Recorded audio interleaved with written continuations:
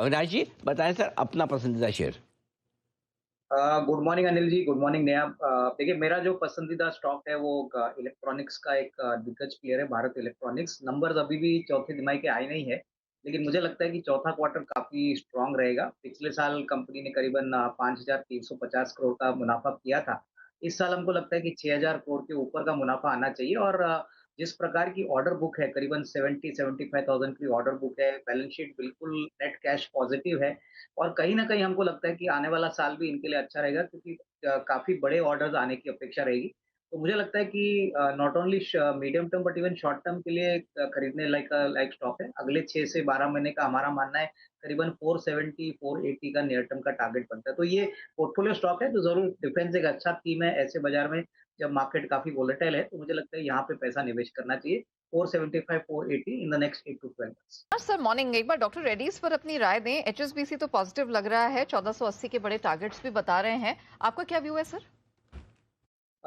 या मुझे लगता है कि देखिए ये आने वाला साल जो है ये काफ़ी इम्पोर्टेंट रहेगा, क्योंकि काफ़ी नए मॉलिक्यूल्स लॉन्च होने की बात मैनेजमेंट कर रहा है। और मुझे लग रहा है कि काफ़ी समय से यूएस एफडीए रिलेटेड कोई इश्यूज यूएस मार्केट से नहीं आ रहा है। यूएस मार्केट भी काफ़ी अच्छा कर रहा है। इनके लिए यूएस एक बहुत बड़ी अपॉर्चुनिटी है। और मुझे लगता है कि अगर नज़रिया आपका अगला 12-15 महीना है, तो डेफिनिटली ये पोर्टफोलियो में ऐड करने जैसा स्टॉक है। तो करंट लेवल पे अगर थोड़ा-सा एडिशन करे, तो मुझे लगता है कि अच्छा रिस्क रिवॉर्ड बनेगा। बट टाइम फ्रेम कम से कम 12 से 15 महीना देना ज़रूरी है। आज सर, क्या लग रहा है, आईटी स्पेस के अच्छे दिन आ गए हैं या टू अर्ली टू प्रिडिक्ट? नहीं, मुझे लगता है कि देखिए अभी भी ये कहना मुश्किल है कि ये जो रैली है ये कितनी सस्टेन होगी।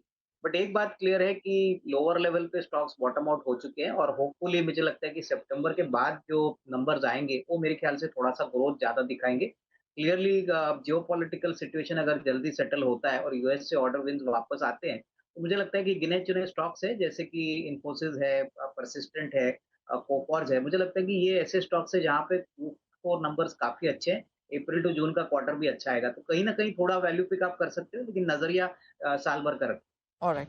अविनाश सर, क्या व्यू रखते हैं, ये जो एफएमसीजी वाली कहानी है, जो जीएसटी कट से पिछले 2 क्वार्टर पहले शुरू हुई, ये आगे भी जारी रहेगी? एफएमसीजी में दमखम बना रहेगा? नेहा मुझे लगता है बनेगा, क्योंकि देखिए आईएमडी का फोरकास्ट है कि 26 मई से बारिश शुरू हो जाएगी, और रूरल मार्केट एफएमसीजी सेक्टर के लिए बहुत इंपॉर्टेंट है। मुझे लगता है कि जो कमेंट्री को चौथे तिमाही के बाद आई है, काफ़ी कंपनीज़ काफ़ी पॉजिटिव है कि जीएसटी कट के बाद अगर बारिश अच्छी होती है, तो ओवरऑल रूरल डिमांड बढ़ेगा। और अगर 8-9% भी वॉल्यूम ग्रोथ आता है, तो उसका मतलब यही है कि डिमांड अच्छी रहेगी। हाँ, इन्फ्लेशन का थोड़ा प्रॉब्लम हो सकता है। और मुझे लगता है कि जो बड़ी कंपनीज़ है जैसे हिंदुस्तान लीवर है, गोदरेज कंज्यूमर है, डाबर है, मरिको है, इसमें मुझे लगता है कि जो कमेंट्री आई है वो क्लियरली इंडिकेट कर रहा है कि आने वाला साल काफ़ी अच्छा रहेगा। तो मेरे ख्याल से फर्स्ट क्वार्टर का नंबर के बाद एक थोड़ी-सी और क्लैरिटी आएगी, बट डेफिनिटली ये स्टॉक्स वैसे भी फेयर टू एक्सपेंसिव वैल्यूएशंस पे ट्रेड करते हैं। तो नज़रिया आपको यहाँ पे लंबा रखना है। अगर आपका नज़रिया यहाँ पे खरीदना है, तो एसआईपी या एक स्टैगर्ड वे में आप पोज़ीशन ले सकते हो। अविनाश सर, जी शिपिंग और उस पूरे स्पेस में क्या राय बनती है आपकी? देखिए ग्रेट ईस्टर्न शिपिंग का स्टॉक स्टेडीली बढ़ रहा है, और मुझे लगता है कि मार्केट्स को थोड़ा-सा एक अंदाज़ा लग रहा है कि आने वाला साल ग्लोबल शिपिंग के लिए काफ़ी अच्छा रहेगा। इनफैक्ट डिस्पाइट जियोपॉलिटिकल सिचुएशन थोड़ा-सा वोलेटाइल होने के बावजूद, जो शिपिंग फॉरवर्ड फ्रेट रेट्स है वो भी काफ़ी बढ़े हैं। इनके पास काफ़ी बड़ी फ्लीट है, ज़्यादातर इनकी फ्लीट मार्केट डिमांड सप्लाई के ऊपर बेस्ड है। फिक्स्ड कॉन्ट्रैक्ट्स काफ़ी कम है।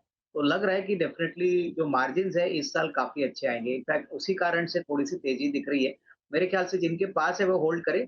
फ्रेश खरीदारी मुझे लगता है कि थोड़ा-सा रुके, क्योंकि शेयर निचले लेवल से काफ़ी भाग चुका है। But definitely medium to long term prospects काफ़ी अच्छे हैं। ओके, 10 की कमाई अविनाश जी से ली जाए। अविनाश जी फरमाएं। अ, अनिल जी, जो 10 की कमाई का स्टॉक है वो एक हॉस्पिटल स्टॉक है जो दिसंबर 2025 में पब्लिक इश्यू आया था। कंपनी का नाम है पार्क मेडीवर्ल्ड। अभी हाल ही में कंपनी के नतीजे आ गए, बहुत ही बेहतरीन नंबर्स आ गए। करीबन 250 करोड़ का प्रॉफिट आया, जो पिछले साल 200 करोड़ था। और इस हॉस्पिटल की खासियत है कि पंजाब, राजस्थान और हरियाणा में इनके हॉस्पिटल्स है।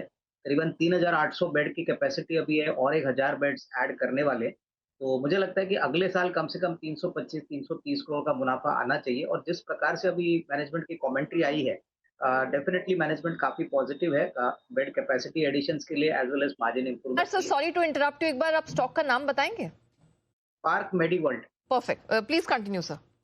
तो मैं कहूँगा कि देखिए वैल्यूएशंस भी ठीक-ठाक है और मुझे लगता है कि अगर दूसरे हॉस्पिटल्स को कंपेयर करें, जैसे कि यथार्थ हो गया, अपोलो हॉस्पिटल हो गया, तो वैल्यूएशन गैप है। तो डेफिनिटली आने वाले साल में हमको लगता है कि करीबन 340-350 ये टारगेट प्राइस पॉसिबल लग रहा है। तो मुझे लगता है कि काफ़ी अच्छा मौका है।